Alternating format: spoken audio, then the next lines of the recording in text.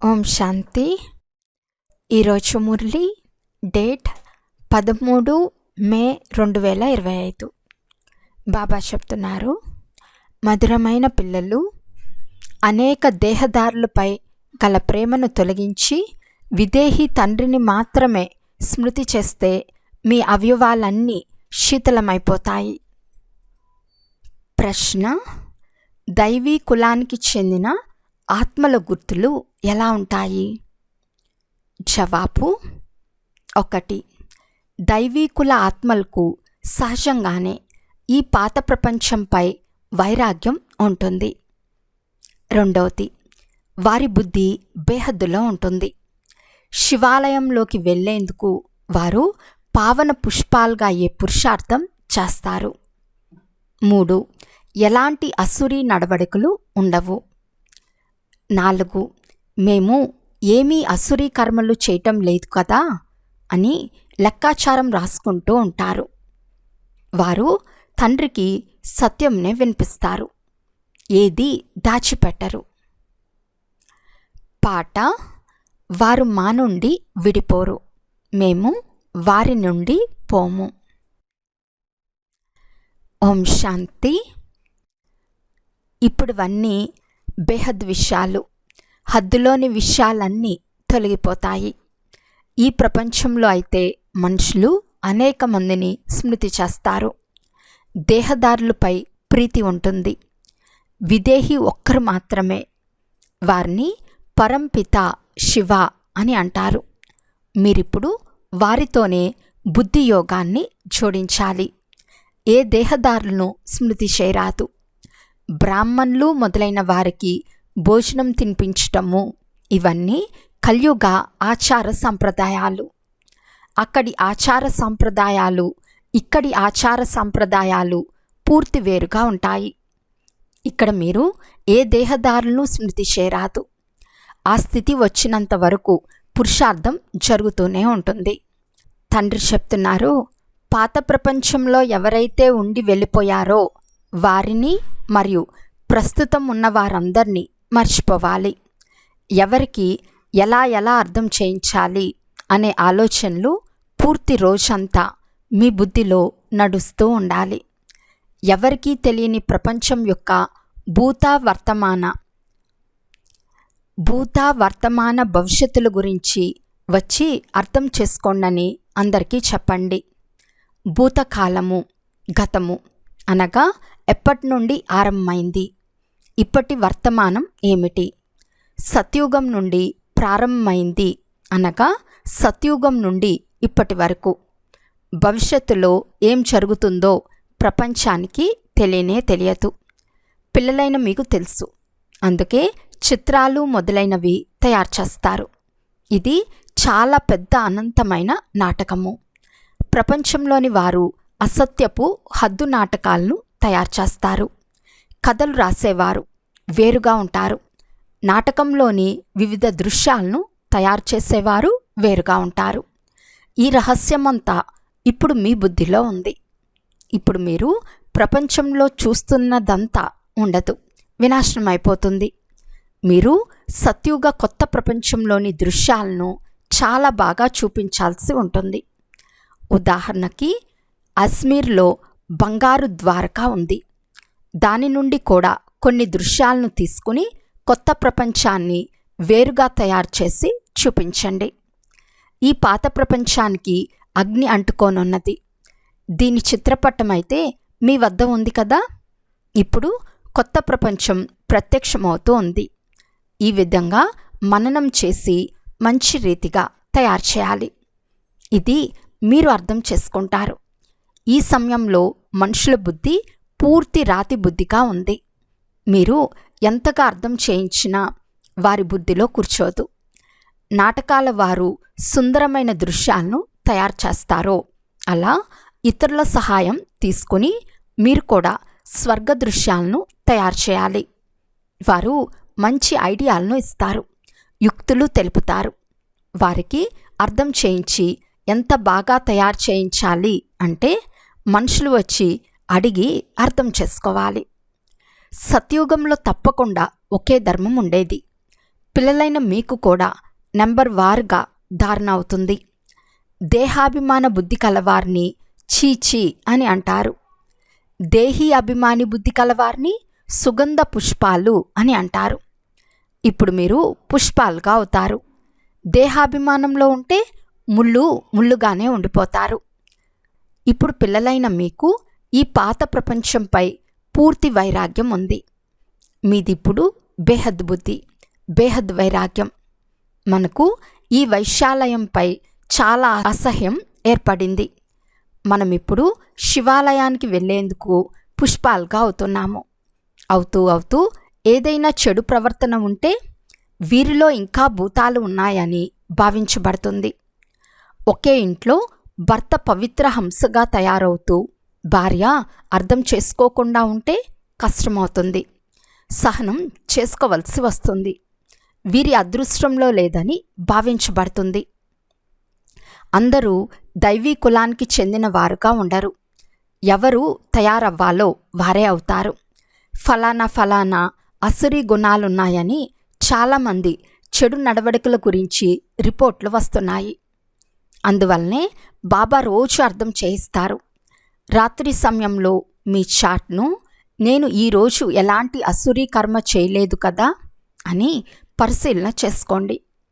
బాబా చెప్తున్నారు, మీ మొత్తం జీవితంలో ఏ తప్పులు చేశారో వాటిని బాబాకు తెలియచేయండి. కొంతమంది పెద్ద తప్పులు చేస్తారు, అయితే వాటిని సర్జన్కు తెలియచేసేందుకు సిగ్గుపడతారు. ఎందుకంటే గౌరవం పోతుంది కదా.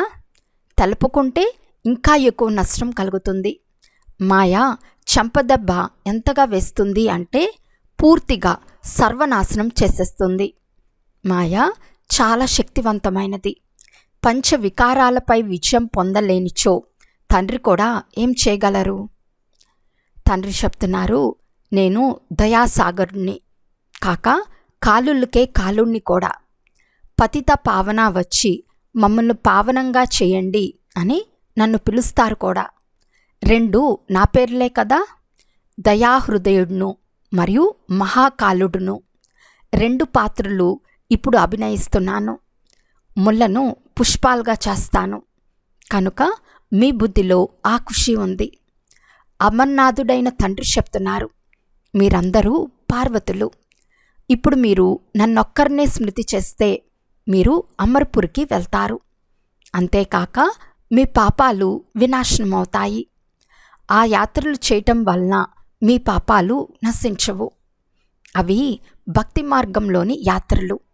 మీ ఖర్చు ఎలా నడుస్తుంది అని పిల్లలను ప్రశ్నలు కూడా అడుగుతూ ఉంటారు. అయితే మేము ఈ విధంగా సమాధానం చెప్పామని కనీసం సమాచారం కూడా ఇవ్వరు.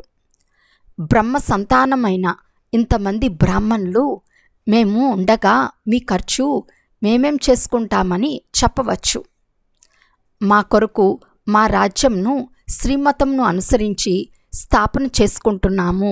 రాజ్యపాలన కూడా మేమే చేస్తాము. మేమే రాజయోగాన్ని నేర్చుకుంటున్నాము. కాబట్టి ఖర్చు కూడా మేమే భరిస్తాము.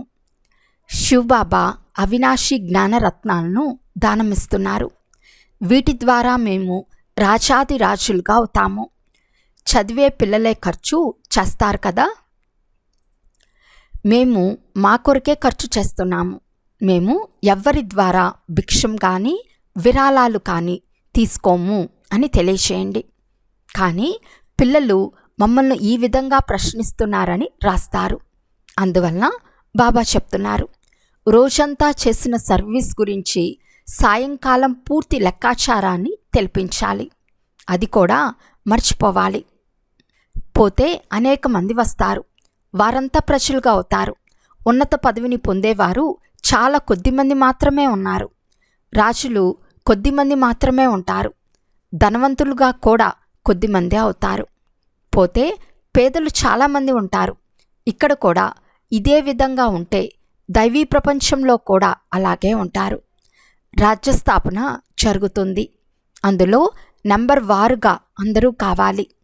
తండ్రి వచ్చి పిల్లలకు రాజయోగం నేర్పించి ఆది సనాతన దైవీ రాజధాన్ని స్థాపన చేయిస్తారు. ఒకప్పుడు దేవీ దేవతా ధర్మం వారి రాజధాని ఉండేది. అది ఇప్పుడు లేదు. నేను దాన్ని మళ్ళీ స్థాపన చేస్తానని తండ్రి చెప్తున్నారు. అర్థం చేయించేందుకు మీకు చిత్రాలు కూడా ఉండాలి. రోజురోజుకు కరెక్షన్లు జరుగుతూ ఉంటాయి. మేము ఎంతవరకు చక్కబడుతున్నాము అని పిల్లలు తమ స్థితిని కూడా పరిశీలించుకుంటూ ఉండాలి. తండ్రి వచ్చి పిల్లలను మురికి నుండి వెలుపలికి తీస్తారు. ఎవరైతే వికారాల మురికి నుండి బయటపడే సర్వీసు ఎంతగా చేస్తారో అంత ఉన్నత పదవి పొందుతారు. పిల్లలైన మీరు పరస్పరంలో ఎంతో మధురంగా క్షీరఖండం వలె ఉండాలి. తండ్రి ఇచ్చట మిమ్మల్ని సత్యుగంలో కంటే శ్రేష్టంగా తయారు చేస్తున్నారు. తండ్రి అయిన ఈశ్వరుడు చదివిస్తున్నారు అంటే మీరు వారికి మీ చదువు యొక్క సత్తాను చూపించాలి. అప్పుడు తండ్రి కూడా బలిహారి అవుతారు. మేము ఇప్పుడు భారతదేశాన్ని స్వర్గంగా చేసే వ్యాపారమే చేస్తామని మనసులో తపన ఉండాలి. ఈ ఉద్యోగాలు వగైరా చేస్తూనే ఉంటారు. మొదట తమ ఉన్నతి చేసుకోవాలి. చాలా సహజమే. మనుషులు అన్ని పనులు చేయవచ్చు. గృహస్థ వ్యవహారంలో ఉంటూ రాజ్యాధికారాన్ని ప్రాప్తి చేసుకునేందుకు ప్రతిరోజు మీ లెక్కాచారాన్ని రాయండి. పూర్తి రోజుల్లో పొందిన లాభ నష్టాలను తీయండి. లెక్కాచారం రాయనుచ్చో చక్కబడటం చాలా కష్టం. తండ్రి మాటలపై గౌరవం ఉంచరు. ఎవ్వరికీ దుఃఖంనివ్వలేదు కదా అని ప్రతిరోజు పరిశీలన చేసుకోవాలి. ఇది చాలా గొప్ప పదవి.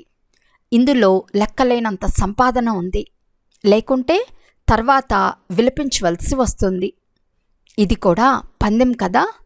పందెంలో కొందరు లక్షల రూపాయలు సంపాదిస్తారు, మరికొందరు బికారులుగానే మిగిలిపోతారు. ఇప్పుడు మీది ఈశ్వర్య పరుగు పందెం. ఇందులో ఎవరూ స్థూలంగా పరిగెత్తరు, కానీ కేవలం బుద్ధి ద్వారా ప్రియమైన బాబాను స్మృతి చేయాలి. ఏదైనా తప్పు జరిగితే వెంటనే బాబా, మా ద్వారా ఈ తప్పు జరిగింది, కర్మేంద్రియాల ద్వారా ఈ తప్పు చేశాము అని తండ్రికి వినిపించాలి. తండ్రి చెప్తున్నారు, తప్పు ఒప్పులను తెలుసుకునే విచక్షణ బుద్ధి లభించింది కనుక ఇప్పుడు చెడు కర్మలు చేయరాదు. తప్పు కర్మ చేసినచో భవిష్యత్తులో తప్పు చేయనని పశ్చాత్తాపంతో తండ్రిని క్షమాపణ అడగాలి. ఎందుకంటే ఇప్పుడు వినేందుకు తండ్రి ఇక్కడ కూర్చుని ఉన్నారు. ఏదైనా చెడు పని జరిగితే వెంటనే బాబాకు తెలపండి, లేక రాయండి. అర్థం క్షమించబడుతుంది. అలాగని నేను దయ చూపిస్తానని కాదు. కొంచెం కూడా క్షమ లేక కృప లభించదు. మిమ్మల్ని మీరే సరిదిద్దుకోవాలి. తండ్రి స్మృతి ద్వారా వికర్మలు వినాశనమవుతాయి. గత జన్మల పాపభారం కూడా యోగబలం ద్వారా తగ్గుతూ ఉంటుంది. తండ్రికి చెందిన వారిగాయి తండ్రిని నిందింపచేయకండి. సద్గురువును నిందింపచేయు వారికి స్థానం లభించదు. మీకు చాలా ఉన్నతమైన స్థానం లభిస్తోంది. ఇతర గురువుల వద్ద రాజ్య పదవి ఏదీ లేదు. ఇక్కడ మీకు లక్ష్యం ఉంది. భక్తి మార్గంలో ఏ లక్ష్యమూ ఉండదు. ఒకవేళ ఉండినా అది అల్పకాలం కొరకు మాత్రమే ఉంటుంది. 21 జన్మల సుఖమెక్కడా? పైసాకు విలువంత కొద్ది సుఖమెక్కడా? ధనం ద్వారా సుఖం లభిస్తుందని కాదు, దుఃఖం కూడా ఎంత కలుగుతుంది? అచ్చా, ఉదాహరణకు ఎవరైనా ఆసుపత్రి కట్టిస్తే మరుసటి జన్మలో రోగాలు తక్కువగా ఉండవచ్చు. అంతేకాని విద్య చాలా అబ్బుతుందని కాదు, ధనం ఎక్కువగా లభిస్తుందని కాదు. దాని కొరకైతే అన్ని పనులు చేయండి. ఎవరైనా ధర్మశాలను కట్టిస్తే తర్వాత జన్మలో మెహల్ లభిస్తుంది. అయితే ఆరోగ్యంగా ఉంటారని కాదు, అలా ఉండరు. కావున తండ్రి ఎన్నో విషయాలు అర్థం చేయిస్తారు. కొందరు బాగా అర్థం చేసుకొని ఇతరులకు అర్థం చేయిస్తారు, కొందరు అర్థమే చేసుకోరు. కావున ప్రతిరోజు లెక్కాచారం రాయండి. ఈరోజు ఏ పాపం చేశాను, ఈ విషయంలో ఫెయిల్ అయ్యాను, అటువంటి పనులు చేయవద్దని తండ్రి సలహా ఇస్తారు. మనం ఇప్పుడు స్వర్గానికి వెళ్తామని మీకు తెలుసు. పిల్లలకు ఖుషి పాదరసం మీటర్ పైకెక్కదు. ఈ బాబాకు నేను ఈ వృద్ధ శరీరాన్ని వదిలి రాకుమారునిగా అవుతానని ఎంత ఖుషి ఉంది. మీరు కూడా చదువుతున్నారు కావున మీకు కూడా అపారమైన సంతోషం ఉండాలి. కానీ తండ్రిని స్మృతే చేయరు. తండ్రి ఎంతో సహజంగా అర్థం చేయిస్తారు. అక్కడ ఇంగ్లీష్ మొదలైనవి చదువుకోవటంలో తల ఎంతగా చెడిపోతుంది. చాలా కష్టం ఉంటుంది. ఇదైతే చాలా సులభం. ఈ ఆత్మీక చదువు ద్వారా మీరు శీతలంగా అవుతారు. ఇందులో మీరు కేవలం తండ్రిని స్మృతి చేస్తూ ఉంటే మీ అవయవాలన్నీ పూర్తి శీతలం అవుతాయి. మీకందరికీ శరీరం అయితే ఉంది కదా. శివబాబాకైతే శరీరం లేదు. కృష్ణునికి అంగాలున్నాయి. వారి అంగములు శీతలంగానే ఉంటాయి. అందుకే వారికి ఆ పేరు పెట్టారు. ఇప్పుడు వారి సాంగత్యం ఎలా చేయాలి? అది సత్యుగంలోనే వీలవుతుంది. శ్రీకృష్ణుని అంగములను కూడా శీతలంగా ఎవరు చేశారో మీరిప్పుడు అర్థం చేసుకున్నారు. పిల్లలైన మీరు కూడా ఇప్పుడు ఇంతగా ధారణ చేయాలి. ఎప్పుడూ పోట్లాడుకోరాదు. సత్యమే మాట్లాడాలి. అసత్యం మాట్లాడినిచ్చో సర్వనాశనం అయిపోతుంది. తండ్రి పిల్లలైన మీకు అన్ని విషయాలను అర్థం చేయిస్తారు. చాలా మంచి మంచి చిత్రాలు తయారు చేయండి. అవి అందరి వద్దకు వెళ్ళాలి. మంచి వస్తువును చూస్తే వెళ్ళి చూడమని అందరికీ చెప్తారు. అర్థం చేయించేవారు కూడా వివేకవంతులుగా ఉండాలి. సర్వీస్ చేయటం కూడా నేర్చుకోవాలి. తమ సమానంగా తయారు చేయగలిగే మంచి బ్రాహ్మణీలు కూడా కావాలి. తమ సమానంగా మేనేజర్లుగా చేసేవారిని మంచి బ్రాహ్మణీలు అని అంటారు. వారు ఉన్నతమైన పదవిని కూడా పొందుతారు. చంటి పిల్లల బుద్ధి కూడా ఉండరాదు. లేకుంటే ఎత్తుకొని వెళ్ళిపోతారు. ఇది రావణ సంప్రదాయం కదా. తెలివివంతులుగా ఉండాలి. మీరు లేనప్పుడు సేవా కేంద్రాలను నిర్వహించే బ్రాహ్మణీలను తయారు చేయండి. అచ్చా, మధురాతి మధురమైన అపురూపమైన పిల్లలకు మాతాపిత బాప్దాదాల ప్రియ స్మృతులు మరియు గుడ్ మార్నింగ్. ఆత్మీక పిల్లలకు ఆత్మీక తండ్రి నమస్తే. ఆత్మీక తండ్రికి ఆత్మీక పిల్లల యొక్క ప్రియ స్మృతులు మరియు నమస్తే నమస్తే నమస్తే. ధారణ కొరకు ముఖ్య సారము. ఫస్ట్ పాయింట్, తండ్రికి తమ చదువు సత్తాను చూపించాలి. భారతదేశాన్ని స్వర్గంగా చేసే సేవలో నిమగ్నమై ఉండాలి. మొదట స్వోన్నతిని గురించి ఆలోచించాలి. క్షీరఖండముగా ఉండాలి. సెకండ్ పాయింట్, ఏదైనా తప్పు జరిగితే తండ్రిని క్షమాపణ అడిగి స్వయాన్ని స్వయమే సరిదిద్దుకోవాలి. తండ్రి కృప చూపించరు. తండ్రి స్మృతి ద్వారా వికర్మలు వినాశనం చేసుకోవాలి. తండ్రిని నింద చేయించే కర్మ ఏది చేరాదు. వరదానము. నాలెడ్జ్ఫుల్ యొక్క విశేషత ద్వారా సంస్కారాల ఘర్షణ నుండి రక్షించుకునే కమల పుష్ప సమానం న్యారే మరియు సాక్షిభవ. కొందరి సంస్కారాలైతే చివరి వరకు దాసీగా, కొందరివి రాజాదిగా ఉంటాయి. సంస్కారాలు మారిపోవాలి అని వేచి ఉండకండి. నాపై ఎవరి ప్రభావం ఉండరాదు. ఎందుకంటే ఒకటేమో ప్రతి ఒక్కరి సంస్కారం భిన్నంగా ఉంటుంది. రెండవది మాయ యొక్క రూపంగా తయారై కూడా వస్తారు. అందువలన ఏ విషయం కొరకైనా మర్యాదల రేఖకు లోపలే ఉండి నిర్ణయం తీసుకోండి. భిన్న భిన్న సంస్కారాలు ఉంటున్నా ఘర్షణ ఉండరాదు. అందుకు నాలెడ్జ్ఫుల్గా అయి కమల పుష్ప సమానం న్యారేగా మరియు సాక్షిగా ఉండండి. న్యారే అంటే అతీతం అని అర్థం. స్లోగన్. హఠము లేక కష్టపడేందుకు బదులు రమణీకంగా పురుషార్థం చేయండి. అవ్యక్త సూచన. ఆత్మీక రాయల్టీ మరియు పవిత్రత పర్సనాలిటీని ధారణ చేయండి. పవిత్రత సుఖశాంతుల జనని. ఎక్కడ పవిత్రత ఉంటుందో అక్కడ దుఃఖము అశాంతి రాచాలదు.